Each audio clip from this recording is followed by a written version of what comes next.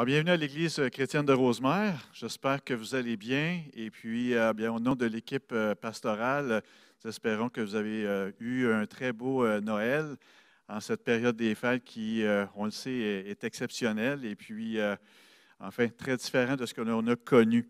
Nous sommes déjà le 27 décembre et nous sommes à notre dernière célébration de l'année où nous aurons de très beaux chants de Noël et qui sera suivi de la prédication du message de la parole de notre cher frère François. Quelle année, hein? On peut dire ça. Quelle année. On entend toutes sortes de choses. Moi, personnellement, par rapport à cette année, bien, je suis content qu'elle passe et puis on souhaite certainement en avoir une meilleure. On est tanné, on est peut-être fatigué et voir peut-être certains d'entre vous découragés, déprimés. Alors, une chose que Dieu m'inspirait ce matin, c'est comme si Dieu me disait, je suis au courant, je le sais, je suis au courant. Hein, papa le sait. Et puis, pour ceux qui n'ont pas entendu le message de notre frère Olivier la semaine passée, alors, c'est comme qu'il disait, c'est que Dieu est là. Emmanuel avec nous. Alors, le Père de dire, je le sais, je suis au courant, mais je suis avec vous. Alors, on peut vraiment, là, je dirais, se lancer dans les bras du Père parce qu'il le sait, il est au courant et aussi, bien, il nous attend, il nous accueille. Et là où Dieu a agi et le sait qu'il y a des besoins, bien, c'est dans notre communauté. Et comme vous le savez, ça a été annoncé que le souper de Noël, alors l'événement que nous avons déjà depuis 7 ans, a été très différent cette année. Alors j'aimerais vous donner un petit compte-rendu. En fait, nous avons reçu plusieurs dons et commandites cette année, puis je tiens à remercier ceux qui ont contribué financièrement, vous à la maison qui avez contribué, et ceux qui ont aidé à amasser des fonds. Nous avons eu des dons qui ont vraiment dépassé nos attentes, qui ont dépassé mes propres attentes, et on doit certainement bénir Dieu pour cela. Le 20 décembre dernier, avec l'organisation de notre frère Bernard, en plus de ses contacts de la région, des travailleurs de rue, nous avons reçu ici même à l'Église plusieurs personnes dans le besoin, des habitués du souper de Noël, et puis on a pu leur remettre en tout et partout plus de 2 500 $ en certificats cadeaux d'épicerie. Alors, je peux vous dire que ça a été très, très apprécié. Il y a eu des moments touchants. Il est important pour nous de maintenir le message que l'Église de Rosemère continue et veut toujours apporter un support et une contribution dans notre société. Ça fait partie de notre mission. En plus de cela, bien, on a pu donner un montant additionnel de 2 000 $ à Bernard pour supporter des besoins spécifiques aux organismes communautaires. Alors, Bernard est en contact et est au fait de quels sont les besoins dans la région. Puis, on veut aussi aider la communauté, les organismes, non seulement pour Noël, mais comme Bernard nous l'exprimait bien, il y a des besoins après Noël. Alors, on va être là aussi pour les gens après Noël. Ce n'est pas terminé. En plus, on a pu donner et redistribuer 2 500 $ et plus en certificats cadeaux d'épicerie qui ont été distribués à plus de 20 frères, sœurs et familles dans l'Église. Alors, des frères et des sœurs qui étaient dans le besoin. Alors, année après année, on veut continuer à supporter l'Église, évidemment. Et je tiens à remercier Manon avec son équipe pour la gestion de ce beau projet. Alors, en résumé, un gros merci à tous ceux qui, de près, de loin, ont contribué au succès de cette édition du Souper Noël 2020. Une édition exceptionnelle, mais là où Dieu aussi a été exceptionnel. Alors, on veut donner la gloire au Seigneur. Petit rappel, alors là, bien important, petit rappel que dimanche prochain, alors le 3 janvier, nous aurons une célébration très, très spéciale pour la première de l'année 2021. Alors, soyez-y, écoutez bien ce qui va se passer. Il n'y aura pas de célébration faite sur place à l'Église, donc, s'il vous plaît, ne pas tenter de vous inscrire sur Eventbrite ou même de se rendre sur place. Il n'y aura pas de célébration sur place, mais le 3 janvier, nous aurons une célébration en ligne avec une allocution du pasteur Michel et un moment très spécial où nous recevrons les souhaits et salutations de clips vidéo de plusieurs personnes de l'Église, des familles de l'Église et puis aussi des membres du leadership. Alors, on va voir toutes sortes de personnes avec des courts clips, des vidéos de chez eux sur place. On va peut-être avoir toutes sortes de surprises et on va pouvoir se saluer, se bénir mutuellement. Alors, c'est un projet exceptionnel, c'est un projet unique. Alors, soyez-y, s'il vous plaît, le 3 janvier prochain pour visionner cela. Alors, quoi de mieux que de commencer l'année ensemble en 2021 comme on était habitué de le faire? On va le faire, mais ça va se faire à distance. Alors, personnellement, j'anticipe beaucoup ce moment. Alors, en mon nom et au nom de mon épouse et au nom de l'équipe pastorale, nous voulons vous souhaiter une très, très bonne année 2021, riche en bénédictions, riche en révélation de Dieu et puis qu'on puisse se rapprocher du Seigneur en cette année. Alors, sans plus tarder, je cède ma place à l'équipe de louange qui sera suivie de François pour un bon message de la parole. Bonne célébration et que la paix du Seigneur soit avec vous. Soyez bénis.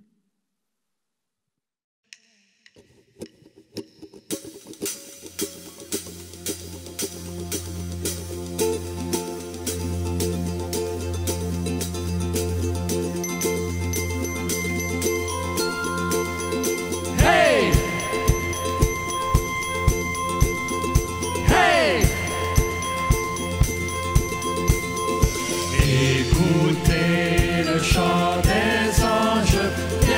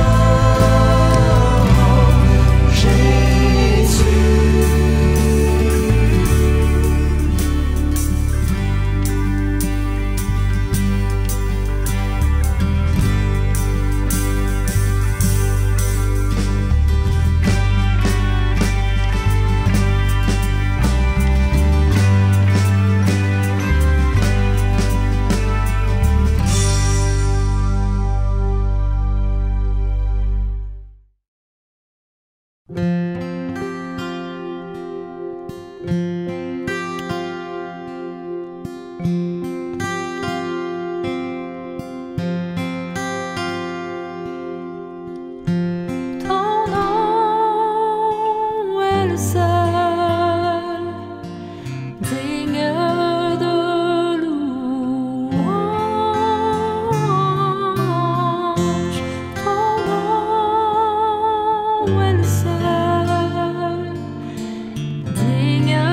de louange.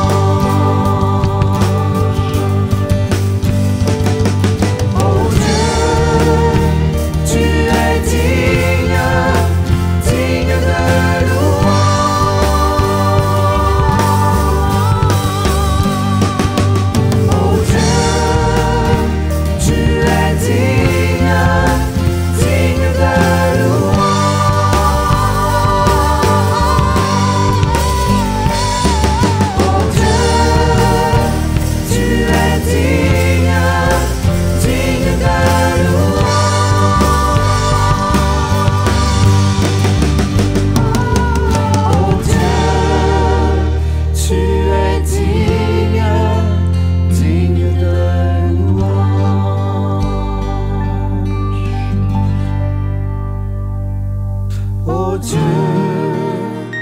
tu es digne, digne de louange.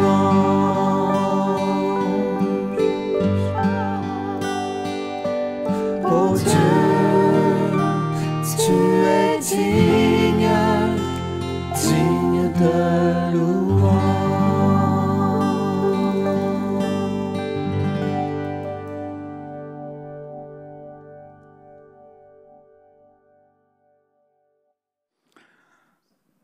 Alors, bienvenue tout le monde en ce 27 décembre. Alors que nous réfléchissons à Noël, nous réfléchissons à l'incarnation, j'ai décidé de commencer avec un petit peu d'humour. Alors, on a ici les trois rois mages qui s'approchent de la crèche, mais avec distanciation sociale. Donc, on voit les lignes à terre ici. Et on voit l'ange avec un gun pour mesurer la température des anges. Ne vous approchez pas si vous faites de la fièvre. Des mages, excusez. Et puis, on a ici probablement du Purel pour bien se nettoyer les mains avant d'aller visiter Jésus.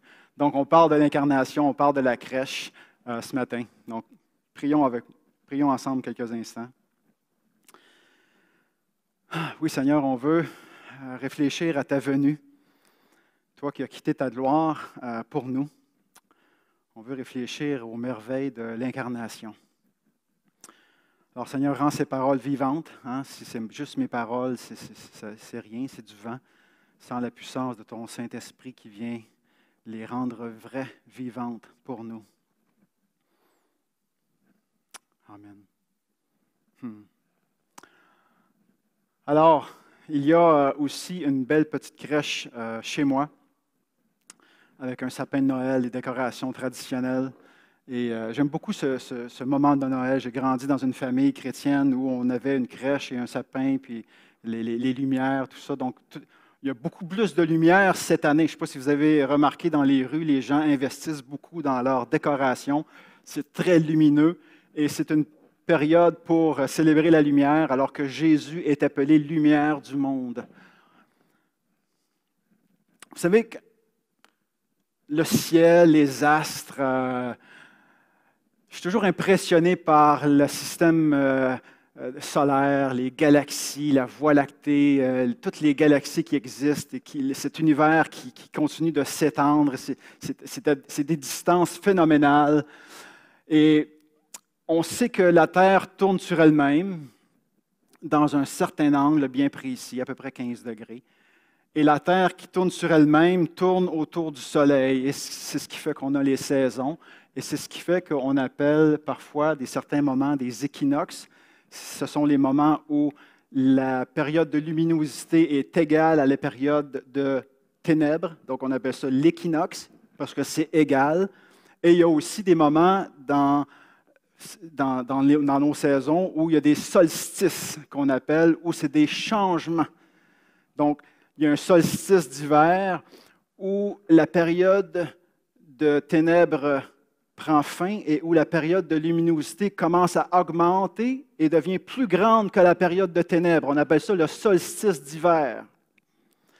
Donc, c'est la fête de la lumière qui prend le dessus sur les ténèbres, n'est-ce pas? Et c'est quand ça? C'est à peu près le 21 ou le 22 décembre. Ça varie d'une année à l'autre. Et pourquoi je vous dis tout ça? C'est parce que dans la tradition, au fil des siècles, on a fêté Noël le 25 décembre, qui est tout près du solstice d'hiver, cette période de l'année où la lumière où la lumière va vaincre les ténèbres, où la période de luminosité va être plus grande que la période de ténèbres à chacune de nos journées. Donc, au fil des siècles, on a fêté Noël en l'honneur d'un solstice d'hiver. Et le mot solstice est associé au mot soleil. Donc, pourquoi qu'on fête Noël le 25 décembre? Ça aurait pu être le 21. Ça aurait pu être le 3 août aussi, je m'en fous, parce que c'est un symbole où on a associé cette fête, où on adorait probablement le Dieu soleil aussi à ce moment-là. Le christianisme a volé cette fête païenne pour en faire une fête chrétienne, pour célébrer ce Dieu lumière. Donc, voilà où la période de la lumière s'allonge parce que Jésus a dit « Je suis la lumière du monde ». Il s'associe. Il se dit « C'est moi la lumière. Celui qui me suit ne marchera pas dans les ténèbres ». Quelle promesse pour nous qui voulons suivre le Christ, de savoir qu'il est la lumière du monde et qu'il peut venir éclairer nos sentiers. Donc, si je continue dans cette veine, dans cette thématique de lumière, certains jours de la semaine ont tiré leur nom de corps céleste. Par exemple, le samedi, en anglais, Saturday, vient de la planète Saturne, donc le jour de Saturne. Ou bien Monday, lundi, qui vient de Moon, le jour de la lune. Alors dimanche, en anglais Sunday, vient de Sun, où on adorait le soleil, le jour du soleil. Donc c'est un jour où on adorait le soleil. Encore une fois, le christianisme a emprunté cette fête païenne pour en faire une fête chrétienne. Et c'est pour ça que une des raisons pour laquelle on se rassemble le dimanche, c'est parce que Jésus est la lumière. Il est notre soleil. Donc, on a associé la venue de Jésus au dimanche, mais aussi, principalement, c'est que la résurrection a eu lieu un dimanche. C'est pour ça qu'on se rassemble le dimanche. On pourrait se rassembler d'autres jours. On forme toujours l'Église quand même. Mais traditionnellement, je vous donne un peu les explications, comment c'est venu à célébrer le 25 et pourquoi le dimanche est important également. Donc, les crèches. Je ne sais pas si vous êtes sensible aux crèches. Moi, j'ai toujours été sensible aux crèches. Il y en a toujours eu dans ma famille. Puis moi, je veux toujours qu'il y en ait eu une aussi, parce que pour moi, un Noël sans crèche, c'est quoi un Noël sans crèche? J'aurais une crèche bien longtemps avant d'avoir un arbre de Noël. Pour moi, ce serait plus important d'avoir une crèche qu'un arbre, parce que toute la symbolique est là. Fait que là, qu'est-ce que j'ai ici? C'est loin, là, mais la caméra, là, j'ai un petit Jésus là, qui fait partie de mes personnages. Hein. Donc, j'ai Marie, j'ai Joseph, j'ai quelques animaux, un bœuf, un âne. J'ai un berger qui représente les bergers qui ont reçu l'annonce des anges, hein, qu'un sauveur était né. Les bergers, à l'époque, qui représentaient la classe la plus basse de la société, eux aussi étaient invités à venir adorer le roi. Et j'ai aussi quelques rois mages qui représentent l'autre classe de la société, les grands, les rois, les riches, qui eux aussi sont invités à venir adorer le petit bébé Jésus. Qu'est-ce que ça nous dit, ça? C'est que peu importe que tu sois bas dans la classe sociale ou très haut, tout le monde est invité à venir s'agenouiller et adorer le petit bébé Jésus. Mais là, je me suis fait chicaner par mon épouse Dominique parce que moi, je l'avais mis, le petit Jésus, dans ma crèche. Mais c'est défendu! Parce qu'on peut le mettre juste le 25 au matin. Et donc, on met tout le reste, mais on ne met pas le petit bébé Jésus. Et ça, c'est bon pour nous. J'ai appris ça. C'est bon pour nous parce que ça nous met dans une attitude d'attente. Ce qu'on appelle l'avant. Hein? On développe une attitude d'attente à ce Jésus qui vient vers nous. Comme les gens avaient attendu la naissance du Christ, on est dans une période d'attente. Peut-être que tu es dans une période d'attente aussi parce que tu vis une situation et tu aimerais que Dieu vienne te rencontrer dans cette situation. Donc toi aussi, tu es dans l'avant. Et nous sommes tous dans l'attente de la deuxième venue du Christ. Donc il y a différentes façons d'attendre le Christ. Mais c'est ça la période de Noël. C'est un moment où on se prépare dans l'attente. On fait grandir le désir par le manque. Puis là, on rajoute des cadeaux, puis on ne sait pas c'est quoi. Ça aussi, ça fait grandir le désir. Pour le 25, pour ce moment culminant, le 25. Autour de cette crèche, qu'est-ce que dit l'apôtre Jean? Dans son évangile, au chapitre 1, verset 14, le Verbe s'est fait chair. Le Verbe ou le Logos ou la parole de Dieu. Vous savez, quand Dieu parle, Dans l'Ancien Testament, on voit ça dans la Genèse. Dieu parle et puis quelque chose est créé à partir de rien. Le Dieu Tout-Puissant a cette capacité que lorsqu'il parle, quelque chose est créé. Et c'est écrit ici, le Verbe s'est fait chair. Le Verbe a pris corps. Le Verbe s'est incarné. Et il a planté sa tente parmi nous. Il est venu habiter. Il dit, je plante ma tente, je construis une maison, je veux venir habiter parmi vous. L'Emmanuel, Dieu avec nous. Jean nous dit que nous avons vu sa gloire, la gloire qu'il tient de son Père comme Fils unique, plein de grâce et de vérité. C'est ce qu'on célèbre à Noël. On parle d'un Dieu qui s'incarne. Ça, c'est bizarre. Ce Dieu, ce grand Dieu tout-puissant, cet esprit qui n'a pas de début ni de fin, veut s'incarner, veut devenir matière. C'est particulier. On ne retrouve pas ça chez les musulmans, ce Dieu qui s'incarne. Hein? On retrouve ça dans d'autres religions. Dans l'hindouisme, les incarnations du Dieu Vishnu sont appelées les avatars. Vous avez peut-être déjà vu le film. Ça a été nommé à cause de ça. Donc, dans d'autres religions, il y a ce concept qu'un Dieu s'incarne. Donc, ce n'est pas juste au christianisme, mais pour nous, le Dieu s'incarne. Le Dieu Tout-Puissant s'incarne. Je trouvais ça important qu'on revise ensemble ce credo qui a été conçu dès les premiers siècles de l'Église. Donc ici, ça a été construit, il y a eu deux rassemblements à 325, 381. Voici ce qu'on a conçu, ce qu'on a pondu comme credo. Donc, qu'est-ce qu'on croit, nous, en tant que chrétiens? Je crois en un seul Dieu. Il n'y en a pas des multitudes, il y en a un seul, il est tout-puissant et il a tout créé, le ciel et la terre, toutes les choses visibles et invisibles. Donc, le premier paragraphe, c'est pour le Père. Deuxième paragraphe, c'est pour le Fils. Il y en a beaucoup, hein, comme vous voyez. En un seul Seigneur, Jésus-Christ, Fils unique de Dieu, né du Père, avant tous les siècles, avant toutes choses. Qui est ce Jésus qu'on célèbre à Noël? Lumière de lumière, vrai Dieu de vrai Dieu, engendré, non pas créé, consubstantiel, de la même substance que le Père, de la même essence que le Père, par qui tout a été fait. Premier paragraphe, on dit que c'est le Père Tout-Puissant qui est créateur de toutes choses. Deuxième paragraphe, on dit que c'est le Christ, c'est le Seigneur Jésus-Christ, par qui toute chose a été faite. Donc, on est en train de les associer, de les rendre égales.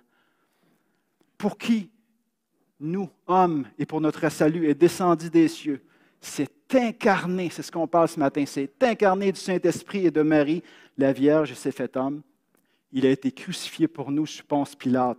Ça a pris place dans un moment de l'histoire en particulier.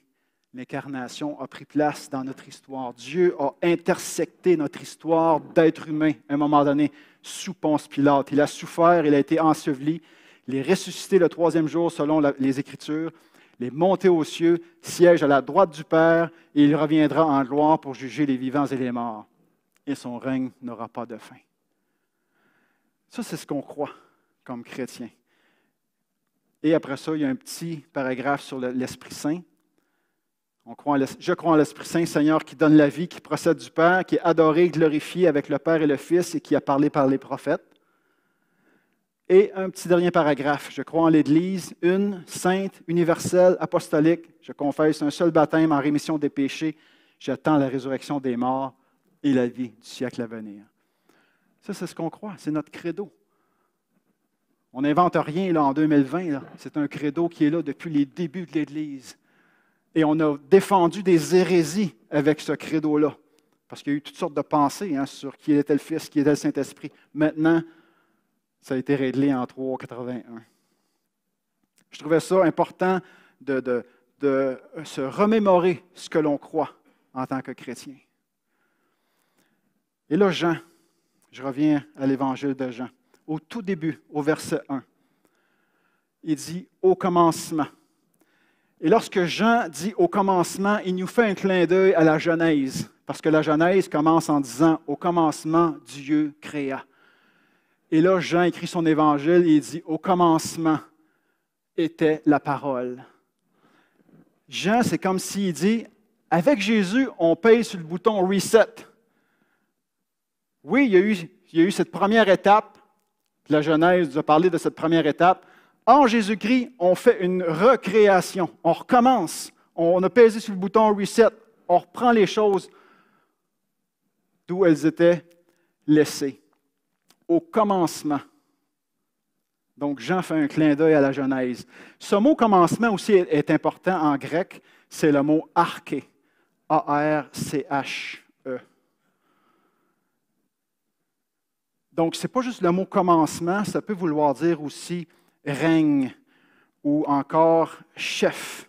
Donc, on a l'archange, qui est comme le chef des anges, le mot arc avant ange. On a l'archevêque, qui est comme le chef des évêques. Donc, le mot arche, ce n'est pas juste le commencement que ça veut dire aussi un règne, un chef. Et qu'est-ce que Jean veut dire? Pourquoi est-ce qu'il nous commence comme ça son évangile? Les Grecs cherchaient la cause ultime du début. Les Grecs cherchaient le moteur du commencement. Qu'est-ce qui a créé le Big Bang? Hein? Si vous étiez un scientifique, là, vous pourriez vous demander, oui, il y en a qui croient au Big Bang, mais qu'est-ce qui a créé le Big Bang? Hein, les Grecs, à l'époque de Jésus, se posaient ces questions-là. Puis Jean a voulu répondre. Au commencement était la parole. C'est quoi le moteur du début? C'est la parole, ce logos, le verbe, lorsque Dieu parle. Et la parole était avec Dieu. Avec Dieu, il y a différents mots grecs qu'il aurait pu choisir, mais le « avec Dieu » qu'il a choisi, c'est vraiment face à face. Pas avec Dieu dans le sens de, il aurait pu utiliser le mot para, qui veut dire à côté de, comme paramilitaire ou paramédic, à côté de. Il aurait pu utiliser un autre mot, mais il a utilisé un mot qui veut dire être face à Dieu. Oups! Fait que là, on lit ça. Au commencement était la parole. Donc, la parole était là au début. Elle était là avec Dieu. Elle était non pas juste à côté de Dieu, mais face à Dieu. Donc, c'est comme s'il y a deux entités. Et la parole était Dieu. Wow! Quelle déclaration de la divinité de Jésus, qui non seulement était avec Dieu, mais qui était Dieu. Ça, c'était troublant pour un Juif de lire ça. Parce que tous les Juifs, depuis qu'ils sont petits gars, répètent le Shama. Écoute, ô Israël, le Seigneur Dieu est un seul Dieu. Il y a même une chanson là-dessus. Écoute, ô Israël, le Seigneur Dieu est un seul Dieu. Je vais arrêter là, étant donné mes talents de chanteur. Hein? Donc, tous les petits garçons juifs, là, depuis qu'ils sont hauts de même, répètent ça. Donc, ils croient qu'il y a un seul Dieu. Puis là, ils lisent ça. Attends un peu, là, ça ne marche plus dans ma tête. Là. La parole était Dieu. Cette deuxième personne que tu nous présentes, Jean, ce Jésus que tu nous présentes, tu le dis qu'il est l'égal de Dieu. Et c'est ça qu'on célèbre, ce Dieu incarné. Il était au commencement avec Dieu. Toutes choses ont été faites par elle. Rien de ce qui a été fait n'a été fait sans elle.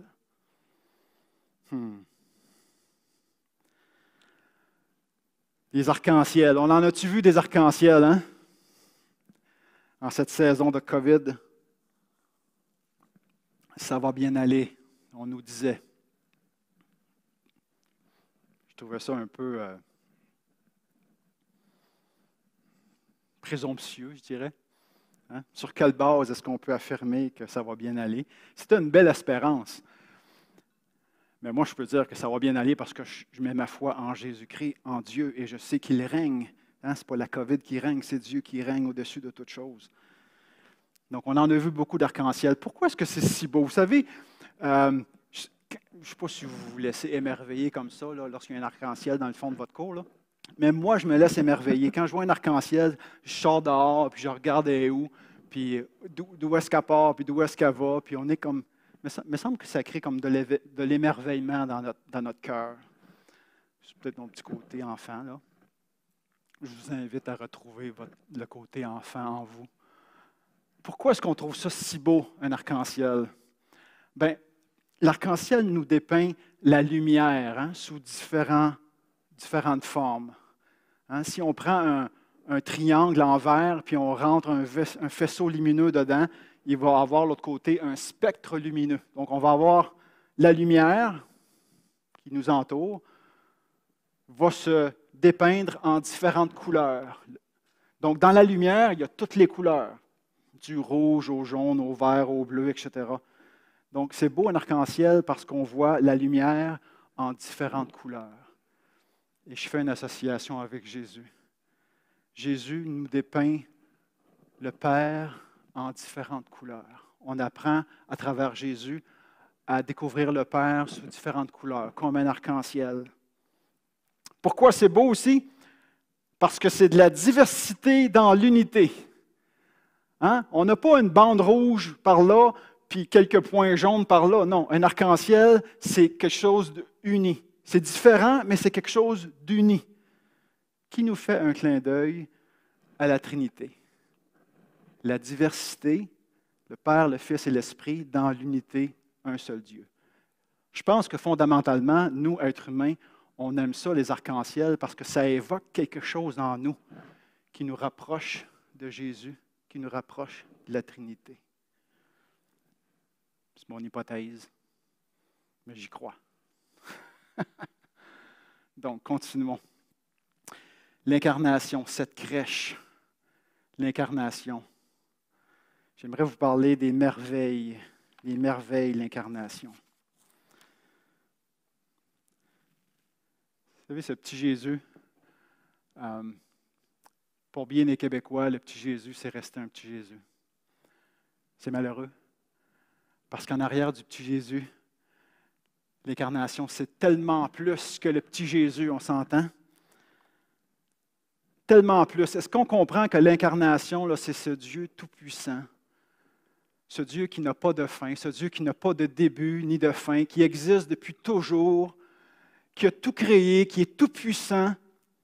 Est-ce qu'on comprend que l'incarnation, c'est ce Dieu, esprit, tout-puissant, qui décide de rentrer dans le corps d'un bébé vulnérable, dépendant, dans une couche?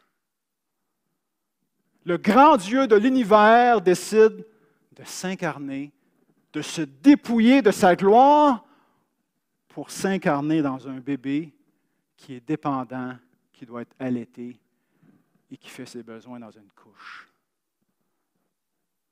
Ça devrait nous jeter à terre. Ça devrait nous émerveiller qu'un Dieu si puissant décide de se rendre dépendant dans un petit bébé. Le Dieu tout-puissant s'incarne dans un enfant dépendant. Wow! C'est ça l'incarnation. C'est une des merveilles de l'incarnation. Ce Dieu veut tellement nous rejoindre, ce Dieu veut tellement être avec nous qu'il est prêt à payer ce prix. C'est comme quand vous faites du jardinage là, dans votre cour. Puis là, vous plantez des fleurs, puis là, vous voyez un nid de fourmis. Puis là, ça grouille, puis les fourmis viennent, puis ils s'en vont. Puis il y en a qui transportent des grosses charges. Vous avez déjà vu une fourmi, là, ça transporte des affaires, des bouts de bois, là, 3 fois leur taille. Puis... C'est fort, une fourmi. Puis là, admettons que vous voyez des fourmis qui ont de la misère. A de la misère, la fourmi, à amener son matériel au nid de fourmis. Puis c'est comme si vous vous décidiez, bien moi, là, en tant qu'être humain, je vais me dépouiller de mon corps humain, puis je vais me réincarner en fourmi pour aller les aider. Y a-t-il qui sont prêts à faire ça ce matin? De perdre votre corps humain, votre intelligence, votre capacité à raisonner, tout ça, votre liberté, votre gloire à quelque part, pour prendre le corps d'une fourmi parce que par amour, vous voulez aller les aider. Bien, c'est ça que Dieu a fait pour nous. Il a quitté sa gloire, ses privilèges, pour venir habiter parmi nous. Les merveilles de l'incarnation. Ce Dieu qui se dépouille, ce Dieu qui laisse sa gloire pour nous. On raconte que le pape Jean 23 laissait ses habits papaux, se déguisait en pauvre pour aller circuler et rencontrer les gens dans la ville. Un bel exemple de quitter sa gloire et de s'incarner pour être proche des gens. C'est ce que Jésus a fait avec nous également. Les merveilles de l'incarnation. Écoutez, on reconnaît que c'est Dieu qui nous donne la vie, mais ce Dieu qui nous donne la vie a décidé de prendre vie, de recevoir la vie d'une femme à travers l'accouchement. Il y a un contraste ici. Le Dieu qui donne la vie a décidé de recevoir la vie d'une femme. Wow! Les merveilles de l'incarnation. Corrie ten Boom, cette femme qui a vécu les camps de concentration pendant la Deuxième Guerre mondiale. Elle n'était pas chrétienne à ce moment-là. Sa sœur était chrétienne. Et elle, Corrie, s'indignait contre cette souffrance, contre ces atrocités, elle voyait les poussières, les cendres des gens qui passaient au four crématoire retomber sur eux, puis elle s'indignait de ça, puis elle dit à sa sœur, « Quelle sorte de Dieu permet ça? Hein? S'il y a une période ténébreuse de notre histoire, dans notre humanité, c'est bien ça, la Deuxième Guerre mondiale. » Et sa sœur était chrétienne, elle écoutait les complaintes de Corrie. Elle a dit, « Je n'ai pas de réponse à ta question. Je ne suis pas capable de tout expliquer la souffrance dans le monde. Mais il y a une chose que je sais, c'est que Dieu est venu souffrir avec nous. Dieu s'est incarné pour venir nous rejoindre dans notre souffrance, dans notre solitude, dans notre bassesse, dans nos besoins. Nous, comme chrétiens, on ne peut pas tout expliquer la souffrance. Puis quand on essaie d'expliquer la souffrance, je trouve qu'on se plante royalement. Parce qu'on a des théories simplistes, à mon avis. Mais une chose est vraie, une chose est sûre, une chose est certaine. C'est qu'on ne croit pas dans un Dieu qui est lointain, qui nous observe comme ça, les bras croisés, sur le coin d'un nuage dans l'univers. Non, on a un Dieu qui est venu s'incarner. Il est venu se salir les mains.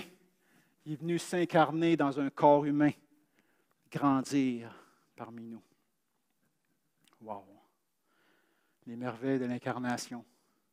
Les merveilles de l'incarnation, c'est ce Jésus qui va nous parler de Dieu comme Père, comme Papa, qui va venir permettre notre salut, notre guérison, le rétablissement des relations.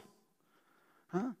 Si on retourne à la Genèse, là, il y a bien des relations qui ont été bousillées à la Genèse. Hein? La relation entre l'homme et Dieu, entre l'homme et l'autre homme, entre l'homme et lui-même, puis entre l'homme et l'environnement. Tout ça a été bousillé lors de la Genèse dans le péché de l'être humain, quand l'être humain a décidé de dire « Je n'ai pas besoin de toi, je suis capable de m'arranger tout seul ». Mais en Jésus, tout ça vient être réharmonisé, reguéri. Réconciliation entre moi et Dieu est possible maintenant. Réconciliation entre moi et les autres, entre moi et moi-même et entre moi et l'environnement. Tout ça est possible. Le salut de Jésus-Christ est possible. Les merveilles de l'incarnation permettent le rétablissement de ces relations-là. Le salut, c'est beaucoup plus large que « viens sauver mon âme ». Non, non, non, ça ne s'arrête pas là. Le salut que Jésus va apporter est grand, et holistique, et entier, et touche toutes les sphères de la société, pas juste mon âme. Jésus vient nous dévoiler Jésus comme un père. Vous savez, peut-être que vous ne le savez pas, c'est une façon de parler, vous savez. L'apôtre Paul va écrire 16 chapitres dans son épître aux Romains, tout en grec. Mais à un moment donné, il veut exprimer une vérité et puis les mots grecs ne suffisent pas et il va emprunter à la langue araméenne. Et ce mot « Abba » que Jésus avait utilisé dans le jardin de Gethsémani lorsqu'il était en souffrance juste avant la crucifixion, Paul va emprunter le mot « Abba ». C'est comme s'il n'y a pas d'autre mot en grec qui pouvait représenter ce qu'il voulait dire. Mais ce mot « Abba », c'est comme « papa ». Jésus nous dévoile, l'incarnation permet que Jésus dévoile Dieu comme un papa, comme un bon papa, un bon père. Et on est invité, comme Jésus, à avoir cette relation, cette intimité avec Dieu et à l'appeler nous aussi papa. Ça fait partie des merveilles de l'incarnation, parce que Jésus nous montre que Dieu est un bon papa pour nous. Et on n'a pas à s'inquiéter parce qu'il prend soin de nous et il sait même quand un cheveu tombe de ma tête. L'incarnation, qu'est-ce que ça nous apporte, l'incarnation? L'incarnation vient rendre nos corps humains dignes. Écoutez-moi bien là. Le corps humain n'est pas un obstacle à ma spiritualité. Le corps humain n'est pas quelque chose qui m'empêche d'atteindre Dieu. Non, l'incarnation vient montrer que le corps humain est quelque chose de beau, de digne. Dieu s'est incarné dans un corps humain. Il a dignifié le corps humain, notre corps. Donc, mon corps n'est pas un obstacle, loin de là. Mon corps fait partie de moi, corps, âme et esprit. Tout ça pour Dieu. Et nous croyons à la résurrection des corps. Je ne vais pas passer l'éternité sous forme d'un esprit assis sur un nuage en jouant de la harpe. Dieu va me redonner un corps.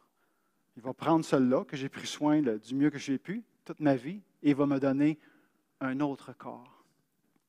Donc, s'il me redonne un corps, c'est parce que le corps est quelque chose de beau, de bon, qu'il a déclaré à la création. Ceci est bon. Donc, l'incarnation nous enseigne que le corps humain est quelque chose de beau et de bon qu'on doit prendre soin. Les merveilles de l'incarnation, c'est aussi que notre foi est quelque chose qui est ancré dans l'histoire. Dieu n'a pas juste envoyé là, des paroles dans le ciel, non, il s'est incarné. Il s'est salé les mains. Il est venu habiter parmi nous. Et dans ce qu'on a lu tantôt, de ce que nous croyons, notre credo, on dit sous Ponce Pilate. C'est comme si on fige ça dans l'histoire quelque part. On sait que ça s'est passé à telle période de l'histoire de l'être humain. Notre foi est ancrée dans l'histoire. Les merveilles de l'incarnation, ça nous appelle aussi dans nos interventions en tant que personne versus les gens autour de nous qui sont dans le besoin, ou en tant qu'Église. Vous avez entendu ce que André a dit, les dons qu'on était capable de faire. Donc, on veut s'incarner. L'incarnation de Jésus est un modèle pour nous en tant qu'Église. Donc, si on veut aider, on va s'incarner. On ne va pas juste dire « je vais prier pour toi, puis tout ce que tu as besoin, c'est le spirituel ». Non, non, non. Oui, on va prier. Oui, on va dire, on va avoir une approche spirituelle, mais on va avoir une approche entière aussi. On va intervenir sur d'autres plans. Hein? Jésus n'a pas juste prié pour la foule, il les a nourris. Donc, en tant qu'Église, en tant que personne, on va avoir une approche incarnée. Jusqu'où on est prêt à se salir les mains, nous aussi, pour aimer les gens autour de nous. Est-ce que je suis prêt à me salir les mains? Parce que Dieu s'est royalement sali les mains pour venir jusqu'à nous, pour nous aider. Et nous sommes invités à le suivre. Une autre merveille de l'incarnation, c'est que toi qui cherches Dieu, pense pas que tu vas trouver Dieu dans un nuage.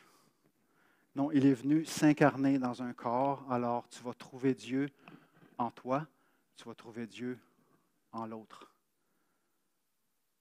C'est là où on peut chercher et trouver Dieu, dans les êtres humains, parce que c'est là qu'il s'est incarné. Voici les merveilles de l'incarnation, mes amis. Je vous souhaite un joyeux Noël en mon nom, au nom de Dominique, au nom du comité pastoral. Je vous souhaite un joyeux Noël. Réfléchissons à l'incarnation, ce Dieu qui se dépouille pour venir habiter parmi nous. J'ai un autre joyeux Noël un peu plus rigolo. Ça, c'est peut-être mon beau-frère ici, je ne sais pas. Donc, sur ces mots, qui finit l'année 2021, soyez bénis. 2020. Soyez bénis au nom de Jésus-Christ. Amen.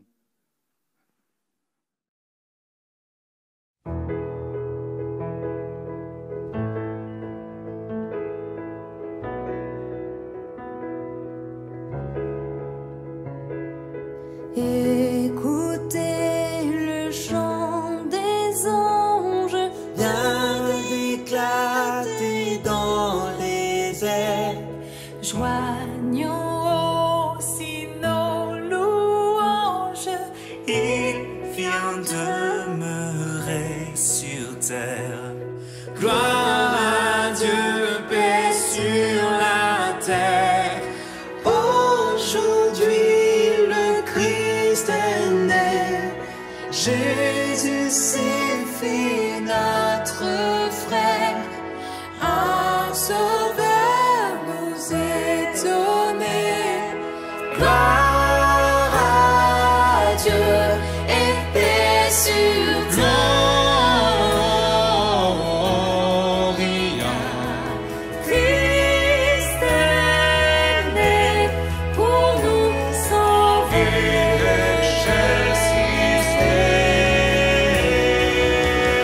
Alléluia, Maranatha, Jésus, j'élève ma voix, je chante pour toi, Jésus, hey, comment pourrais-je cesser de te louer, Jésus, sauveur, à toi l'honneur, yo.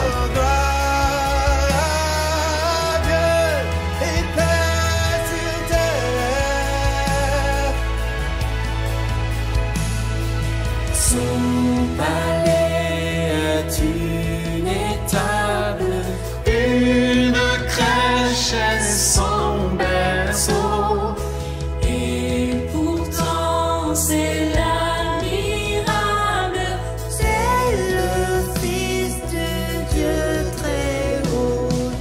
À sa majesté se met la vulnérabilité, pureté si douce, si belle, le Fils de Dieu nous est donné. Gloire à Dieu et paix sur terre.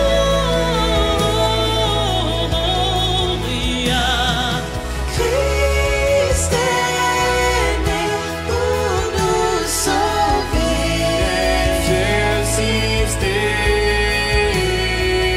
Avec vous, berger et mage, Au pied de notre Seigneur, nous déposons nos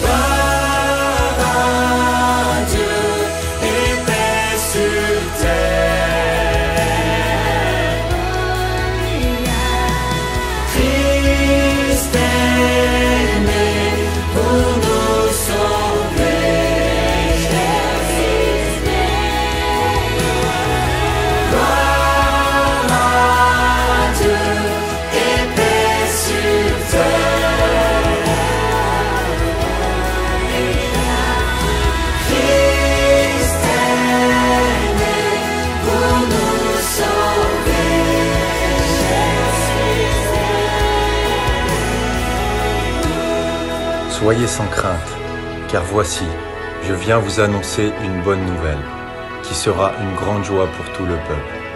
Il vous est né, un Sauveur qui est le Christ Seigneur.